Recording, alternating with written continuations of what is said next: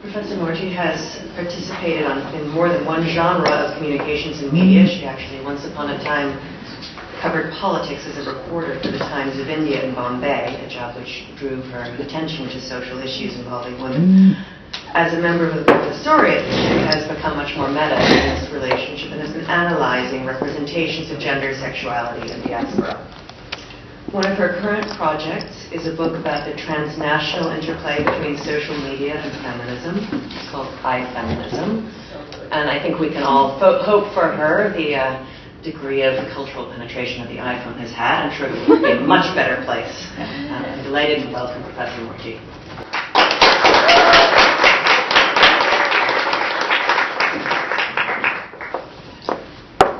I had to move the laptop here because I saw everybody struggling with that. And I have way too many visuals. And I think this is one of the reasons I decided to go last. It's that time of the day when you need some kind of visual stimulation. But before I get to my paper, I did want to thank Susanna and Kiki for everything they've done, but also for all of the earlier conversations which have been so stimulating and are making me, I'm trying to rewrite the paper as I'm speaking, so there'll be many gaps as I go along.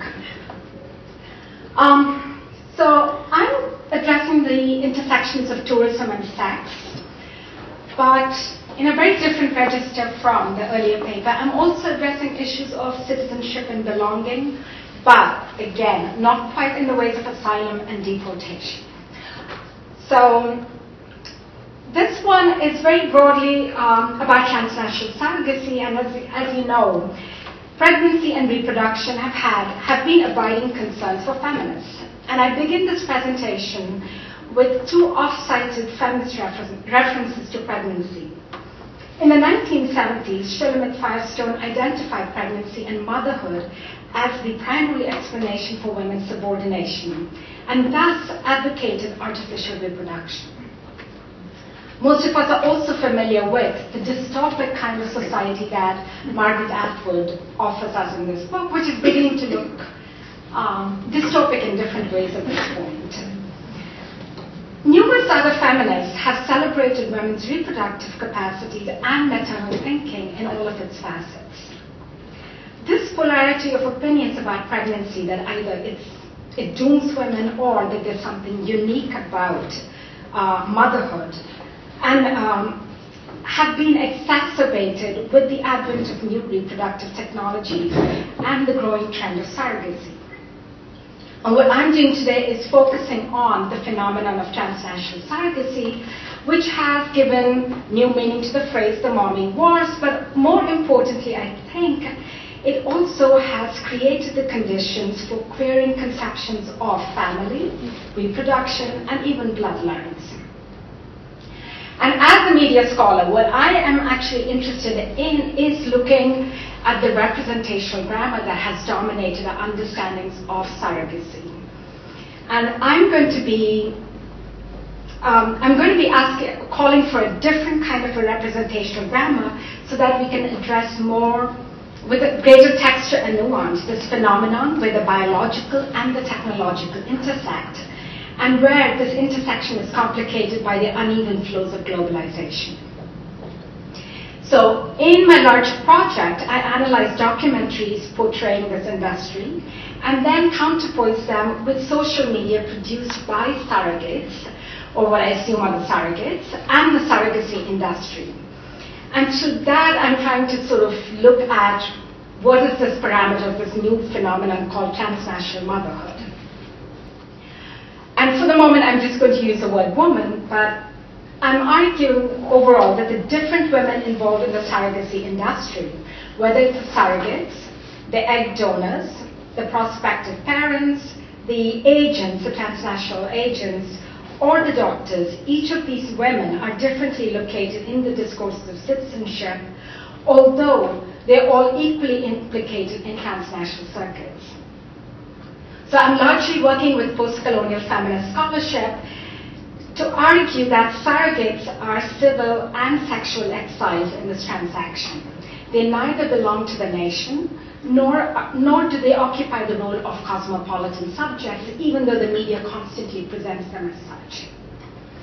What I hope to highlight is that surrogates and prospective mothers participate in claims of affective citizenship, and this is an affective capital which I claim the surrogates possess in surplus. The monetization of affective capital is symptomatic of globalization processes as well as a certain brand of philanthrocapitalism. So in the larger project, I focus on 3 documentaries. This is a 2011 documentary which first aired on PBS. And just so that you know, it was co-sponsored by The Economist, so you know what kind of politics it's going to provide. But this one's called Made in India. And then there was an earlier one called Mother India by an Italian journalist. And I'm actually surprised that Hindu fundamentalists haven't jumped on this cover, but it still exists. And then this one called Google Baby, which is really about, primarily about transnational surrogacy in Israel. And in the larger paper, I argue that the documentary form, even with feminist interventions, and so Made in India has a lot of feminist interventions, is unable to capture the complex ways in which first world and third world women are differently located in the transnational phenomenon. Instead, the existing representational archive allows us to tell the story in cliched and formulaic fashion, resuscitating Oriental stereotypes and basically a 19th century notion of modernity. So before I proceed further, let me provide a fleeting overview of the phenomenon. And I'm not going to read any of this, you can read that. So transnational surrogacy normally involves people from the first world contracting a third world woman as their surrogate. And I'm using the term first world here not to designate a geographic space, but to talk about people who have the economic and social capital, and this crosses racial and national divides. So in the Indian instance, just so you know, about half of the people using surrogacy are Indians themselves, whether they are in the diaspora or in India itself. The term third world is similarly not located in one space, but meant to capture those who lack economic and other forms of capital. For the most part, what occurs is that when a person from the first world desires a child but cannot have one, rather than remain childless, they can exercise their natural right to bear children by contracting a surrogate in the third world. This is an instance where reproductive inequality is addressed by a predatory capitalism. And this has become really popular as part of a much larger medical tourism industry. And since, I think about 2004, Ukraine and India turned out to be the hotspots of reproductive tourism. And now, because of certain changing laws in India, Thailand and Mexico are emerging as the new hotspots.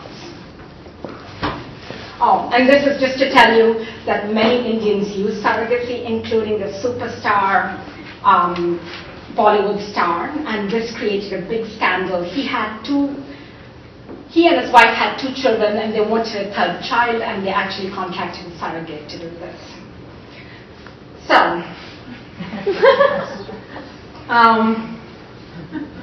where was I? So, okay, just to go back, in the Indian context, the surrogate is often a poor woman from a rural community. She has received little to no education, no formal education. She's often employed in poor-paying, physically taxing jobs. Surrogacy, the claim is, offers her significantly large sums of money. A couple of other things that are worth highlighting is the surrogacy centers require. Think about it like the subcontracting system. You have an agent here that you contact, the agent contacts another center in India, and they have other contractors who seek out surrogates, etc. And the agents who are contracting the surrogates require that the surrogate should be a woman between the ages of 21 and 35.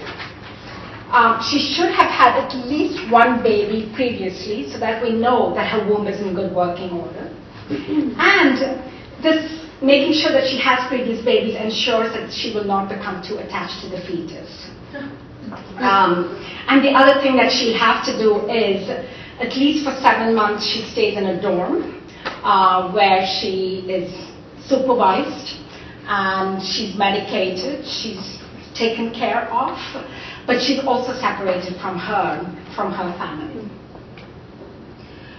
So Transnational Surrogacy Centers in India until last year catered to all kinds of people who wanted to have a child, including gays and lesbians.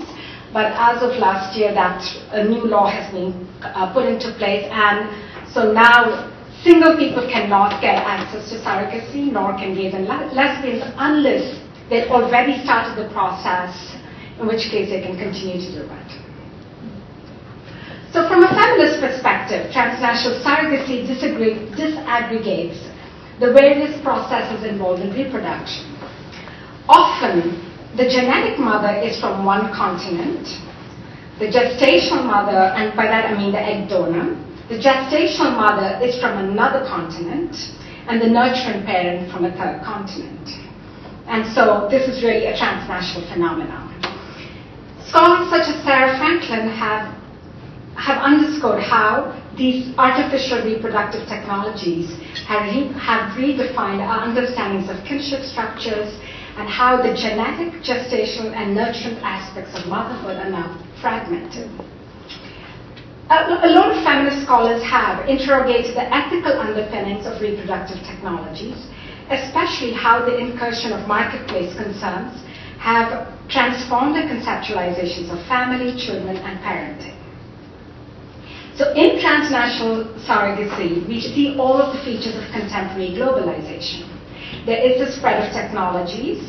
We see the rapid mobility of capital. We see unequal labor relations. We also see new regimes of biopower. And all of these keep cropping up once you start looking into transnational surrogacy.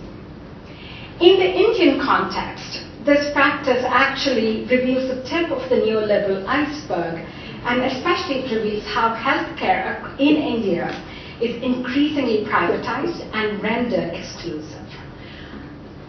So if you're looking for an originary story for this entire process, there is a convenient one. So beginning in 2004, and it's a little above Mumbai, a small town in the western state of Gujarat started to facilitate transnational surrogacy. And what we have here is a small town called Anand, which is now being called the cradle of the world. Okay. So in 2002, a woman in Gujarat decided to become a surrogate for her daughter who lives in the UK. She gave birth to her twin grandchildren, and in the resulting publicity, this particular medical institution became a central node of transnational surrogacy. Today, surrogacy centers have emerged in many parts of India, the global cities, metropolitan centers, as well as peripheral towns like Anand that I just mentioned.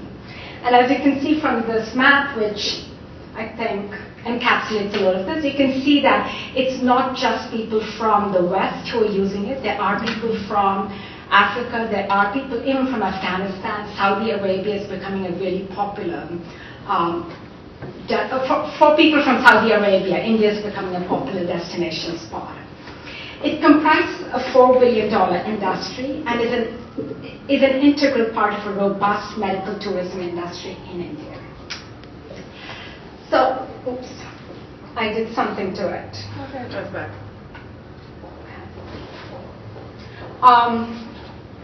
So media representations of this phenomenon, and I'm looking primarily at Western media. Media representations encapsulate and are embedded in an awareness of the feminist arguments of surrogacy. They highlight for us its exploitative practices, as well as they encapsulate some of the feminist critiques of globalization processes. So one of the things that I found striking is that image of those three women standing in assembly line fashion is one of the most popular images that circulate in any kind of discussion about transnational surrogacy. And I have that BBC, a screenshot from the BBC documentary, which is called Womb for Rent. And it didn't have a single image. They just had a voiceover because they didn't want to objectify women. But they did have this particular image that kept cropping up. So another way in which this notion of assembly line production is captured is by giving us a photograph of the dorms where the surrogates reside. And again, sort of showing us how uniform it is. And yeah, they've got the critique of assembly lines.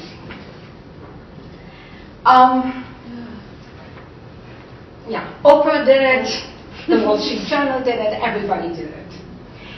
Even as you have these images sort of critiquing the commodification of the process, there's also a return to a primordial familialism.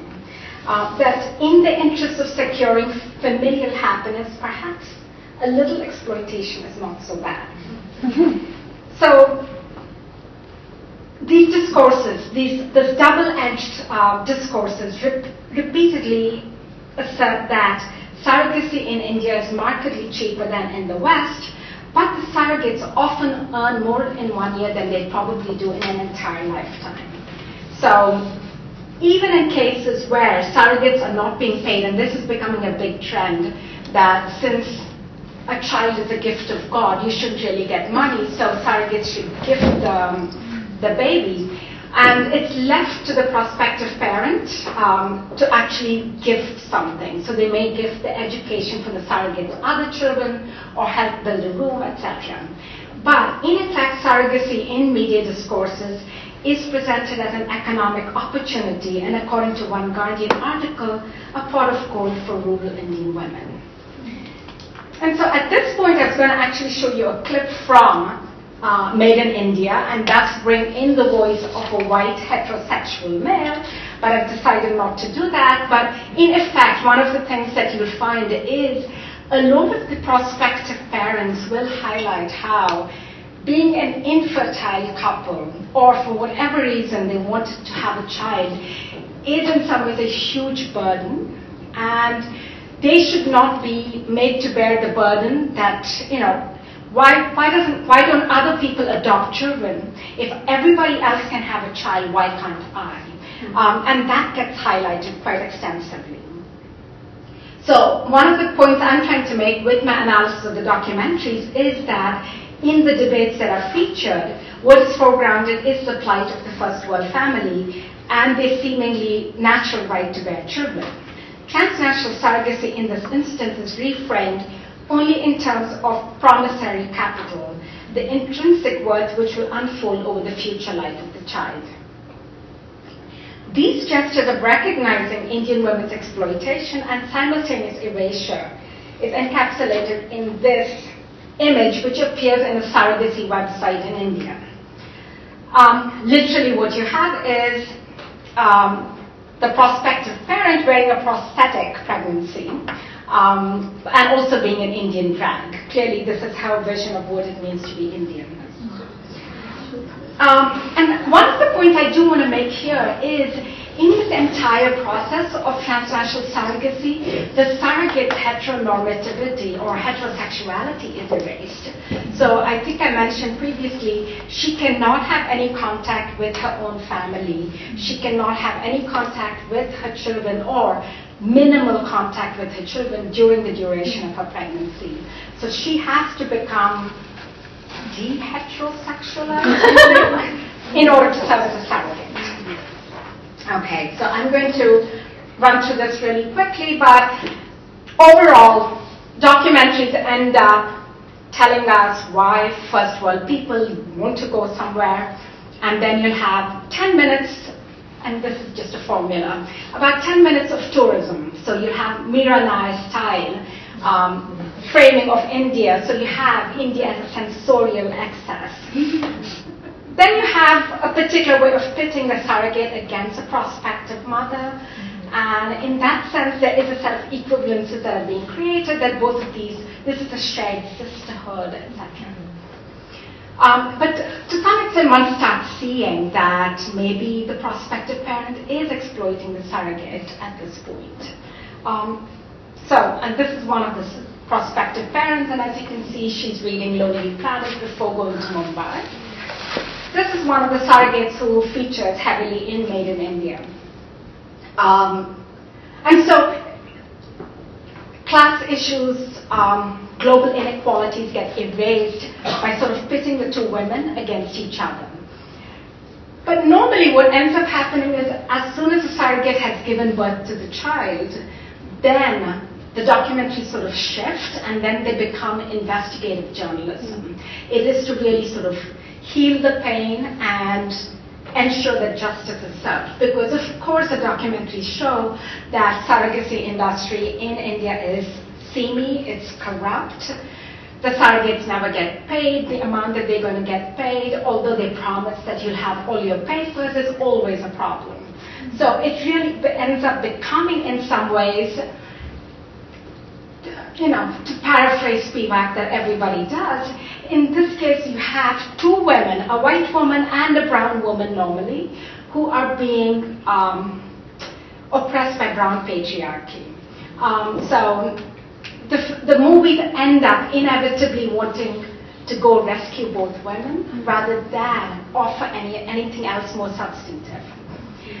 And one of the central points that I have been trying to say is that because there's been so much criticism of transnational surrogacy, both here and within India by feminists, surrogacy centers have become really adept at responding to these criticisms. And one of the things I'm trying to do in this project is to say that looking simply at traditional media does not capture what is happening in this particular phenomenon that is thoroughly mediated and it is actually being produced in internet circuits. And I'll end really quickly. One of the things, can I go on? Yes. Okay. Okay, she's the boss. She says go on. So let me see if I can find where I was going to go. Okay, so a lot of surrogacy centers now have started posting speaking surrogates. So they'll come on YouTube clips and tell us, I'm not a dupe. I have certain kinds of autonomy. I'm choosing this for particular reasons. And she'll actually look you in the face. So in some ways we do see that we have the surrogate speaking. We also have instances which I find totally fascinating is to keep letting us know a lot of the doctors and the medical practitioners in India are women. So this is not male patriarchy that is oppressing women. These are brown women oppressing white women and other brown women.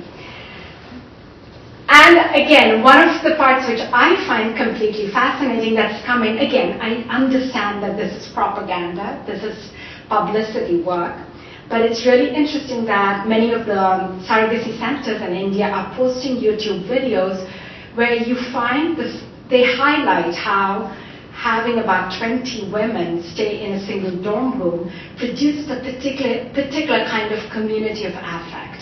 And that these women actually form bonds and sisterhood bonds, if you want to put it that way, and they start taking care of each other. And what is striking about these YouTube videos is that you never see the surrogate alone. She's always with multiple surrogates. And so the YouTube videos, even though they may be for publicity purposes, let us know that there's something else happening here which is not just all about exploitation.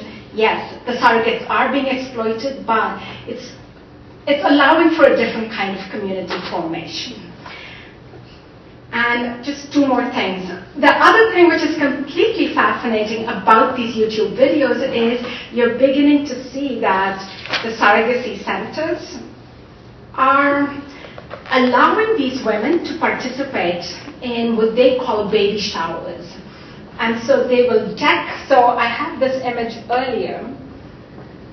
This is part of the surrogate being completely dressed up in silks and in jewelry, and they'll have a baby shower that other surrogates participate in.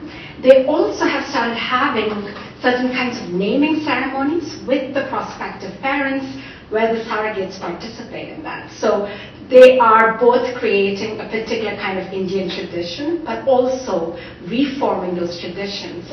And I think these particular places where you have the baby showers or the birthing ceremonies where the surrogates participate create the space for querying this entire process and for, again, bringing the surrogate back into this equation that the surrogate is normally erased in most understandings of what happens to the prospective parents.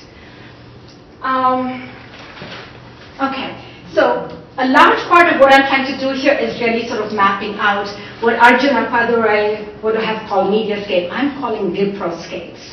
And I'm going to leave you with a bunch of images for us to think about what happens to affect when we go from this particular New York Times cover, which was about surrogacy 2 years ago, I think, to these other images of surrogacy, where you have the surrogate and the prospective parent. And again, I think this one complicates all of our understandings because a surrogate is literally giving. And I'm assuming it's a surrogate. It may not be the surrogate, but and this one. So overall, I just want to bring out the points that if we start looking at other sides of this thing rather than mainstream discourses, there is something in transnational surrogacy that could displace our understandings of race, of kinship. It's not simply erasure that is taking place. There's something more going on here. Thank you.